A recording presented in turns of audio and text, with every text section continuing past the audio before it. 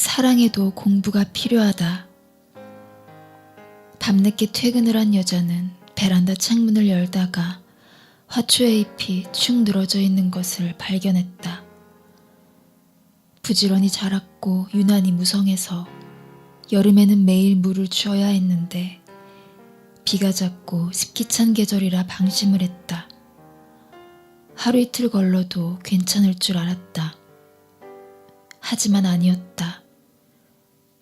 어쩌면 당연한 일이었다. 창밖에 소나기가 내린다고 해서 베란다의 화초가 그 빗물을 먹는 것은 아니다. 주인이 소홀하면 장마가 지고 여러 날 비가 그치지 않는 중에도 말라 죽을 수 있는 것이 화분 속의 꽃이었다. 잎이었다. 그래도 욕심 없는 식물들이라 서둘러 물을 듬뿍 주고는 잠시 후에 들여다보니 어느새 싱그러운 얼굴이다. 감사한 마음이 들었다. 이럴 수 있었다면 좋았을 것이다. 이렇게 아주 늦지 않았으면 고마웠을 것이다. 멀어진 남자를 떠올리며 여자는 생각했다.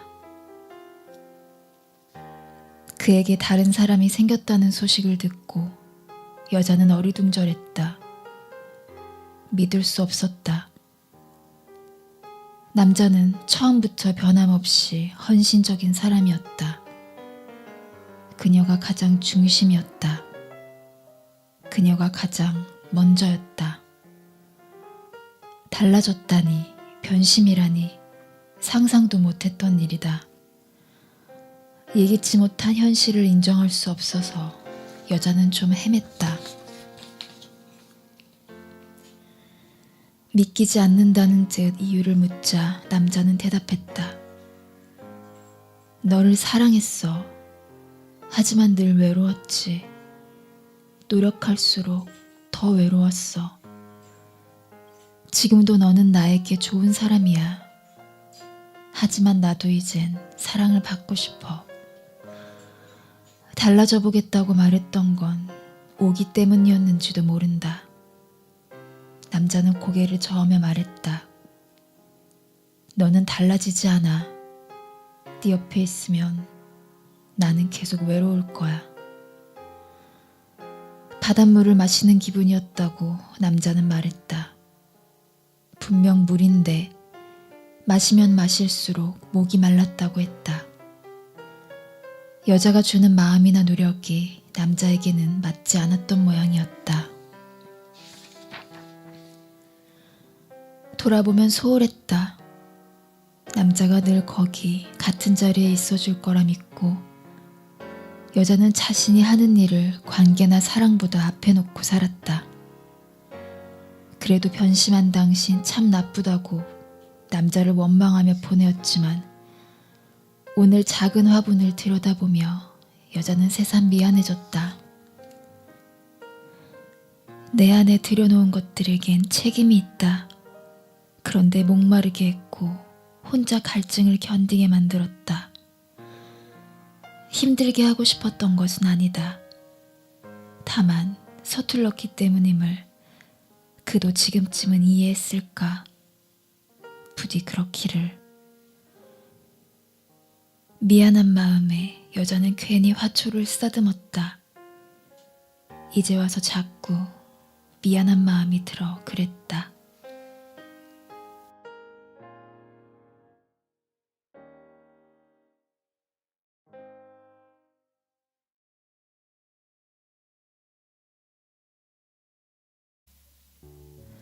그 사랑은 다음에 오는 사랑에게 나침반이 되었다.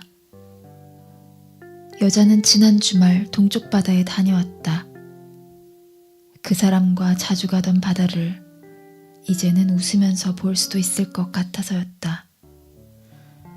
동해안 7번 국도를 따라 달리다가 여자가 차를 멈춘 곳은 커다란 나침반이 있는 곳. 둘이 함께였던 날 남자는 여자에게 나침반을 들여다보라며 말해주었다. 여기서 보면 바다가 완전하게 동쪽이라서 저 아래쪽 포구를 정동진이라고 부르게 되었대. 남자는 여자에게 한참이나 나침반 같은 사람이었다. 어디로 가야 할지를 알려주는 사람. 본래 길눈이 어두웠던 여자는 남자를 잃고 난 뒤로는 더더욱 자주 길을 잃었고, 낯선 길 위를 헤맬 때는 떠나간 사람을 원망하기도 했다. 그러다 스스로 길을 찾는 법을 배운 것은 고마웠던 사람을 더 이상 미워하지 않기 위해서였다. 고마운 사람을 고마운 사람으로 간직하기 위하여. 그리고 마침내 둘이 함께 가던 동해안 7번 국도를 여자가 혼자 찾아갈 수 있게 되었을 때, 나침반 앞에 서서 여자는 미안하고 아쉬웠다. 늘 길을 잃는 여자 때문에 남자는 때로 답답하고 자주 걱정했을 것이다. 일상에서뿐만 아니라 사랑 속에서도 그랬으니까. 혼자 설 수 있을 때 더 현명해진 다음에 만났더라면 남자 혼자 인연의 무게를 감당하지 않아도 괜찮았을 텐데. 돌아와 여자는 하루하루를 더 부지런히 살았다. 길을 가르쳐주고 사랑을 가르쳐준 그 사람에게 감사하며, 그렇게 여자에게 지나간 사랑은 고마운 나침반이 되었다.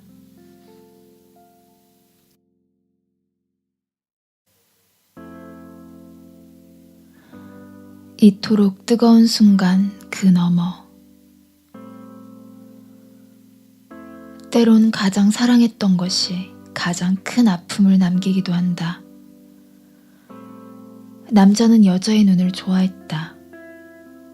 커다랗고 완전하게 열려있는 느낌의 눈이었다.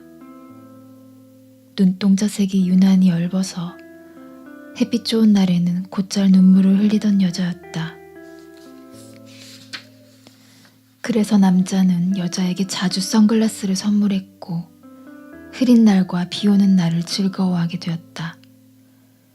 좋아하는 여자의 눈을 마음껏 볼 수 있기 때문이었다. 그녀를 만나기 이전에는 하늘이 흐리면 기분까지 흐려지던 남자였다.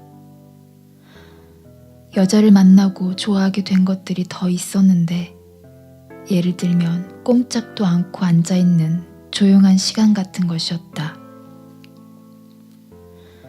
눈을 깜빡거리는 소리가 들리는 것 같아 남자가 농담을 하면 여자는 작게 웃었다.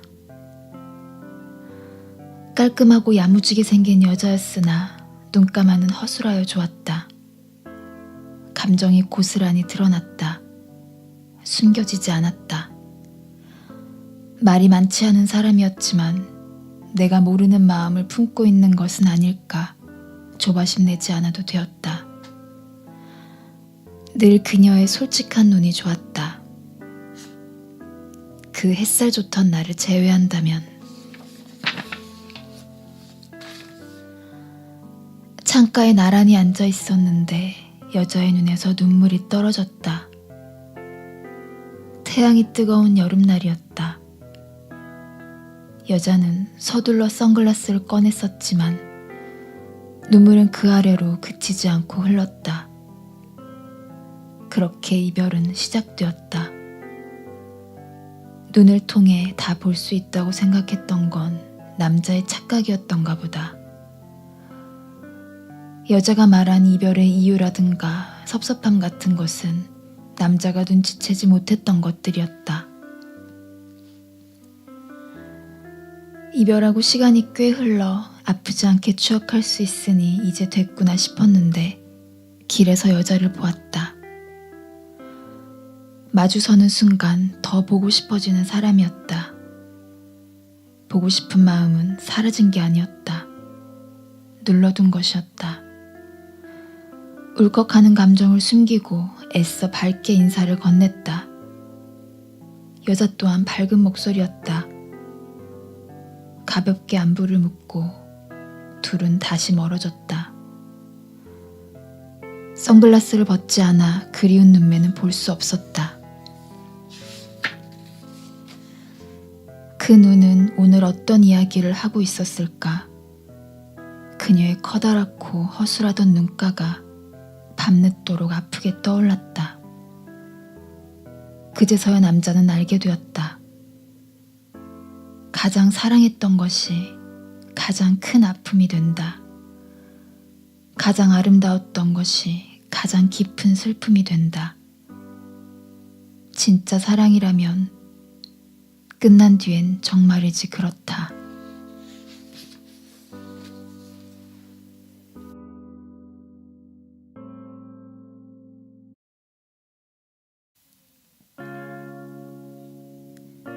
그 사람의 빈자리가 채워지지 않을 때 여자에게는 아주 작은 시골집 하나가 있었다. 할머니가 돌아가시면서 물려준 집이었다. 서울에서의 생활은 바쁘게 돌아갔다. 살고 있는 집조차 챙길 여유가 없었으므로 시골집은 오래 방치되어 있었다. 여자가 시골집을 찾아간 것은 거울을 보았기 때문이다. 아침에 출근을 하려고 거울을 보는데 그 안에 있는 여자가 낯설었다. 눈빛은 집중력을 잃었고 입술은 하얗게 일어나 있었으며 표정은 혼란스러웠다. 빈집을 닮아 있었다. 주인을 잃은 빈집. 살면서 여자는 종종 사랑을 했다. 그리고 잃었다. 아팠지만 아주 많이 아파하지는 않았다. 누구나 그렇게 살아간다. 만나고 헤어지고를 반복하면서 살아있는 사람에게 이별이란 어쩌면 당연한 일이다 여겼다. 마지막 연애를 끝낸 지 석 달이 되었다. 늘 그랬듯이 다시 사랑이 올 것이다. 그때까지 부지런히 일하고 살고 있으면 된다 하고 생각했다. 인생의 중심을 일에 둔 채로 여자는 줄곧 살아왔다. 일은 자신이 하는 것이지만 사랑은 운명이 하는 것이므로 억지 노력으로 되지 않는다 생각했다. 정말로 열심히 일을 하고 있다 보면 어느 날 사랑이 오고 또 갔다. 이번에도 그럴 것이라 여겼는데 오늘 아침 여자는 거울 속에서 극복되지 않는 빈자리를 보았다. 석 달이 지났는데 여전히 비어 있었다. 점점 더 비어갔다. 채워지기는커녕. 여자는 자신과 대화를 할 필요가 있다고 느꼈다. 충동적인 행동은 잘 하지 않는 편이었지만 회사에 전화를 해서 하루 휴가를 내고 시골집으로 갔다. 별다른 것을 하지는 않았다. 누웠다가 일어났다가 서성거리다가 조금 졸기도 했을 뿐인데 저녁 때 보니 집이 달라져 있었다. 달라 보였다. 빛을 찾았다고 할까. 오며 가며 흐트러진 물건 몇 개 옮겨 놓았을 뿐인데 집안의 모든 것이 제자리를 찾은 느낌. 주인이 있다는 것만으로도 달랐다. 있어야 할 사람이 거기 있다는 것만으로도 빛이 났다. 고맙고도 기특하게 느껴져서 여자는 집주인 행세를 좀 했다. 여기저기를 걸레질 해주고는 문을 닫고 나오는데 마음이 다정했다. 집을 나서며 여자는 마지막 그 사람에게 전화를 했다. 회복되지 않을 빈자리를 남긴 사람에게 간결하게 말했다. 진심을 전하는 데는 긴 설명이 필요 없는 법이다. 내 옆에 있어주면 좋겠어. 아직 보낼 때가 아니었던 것 같아. 남자가 이유를 물을 거라 생각하여 대답을 준비해 두었다. 네가 없으니까 내가 못 쓰게 되었어. 하지만 남자는 다른 질문을 했다. 지금 어디야? 여자는 차에 시동을 걸며 대답했다. 가는 중이야.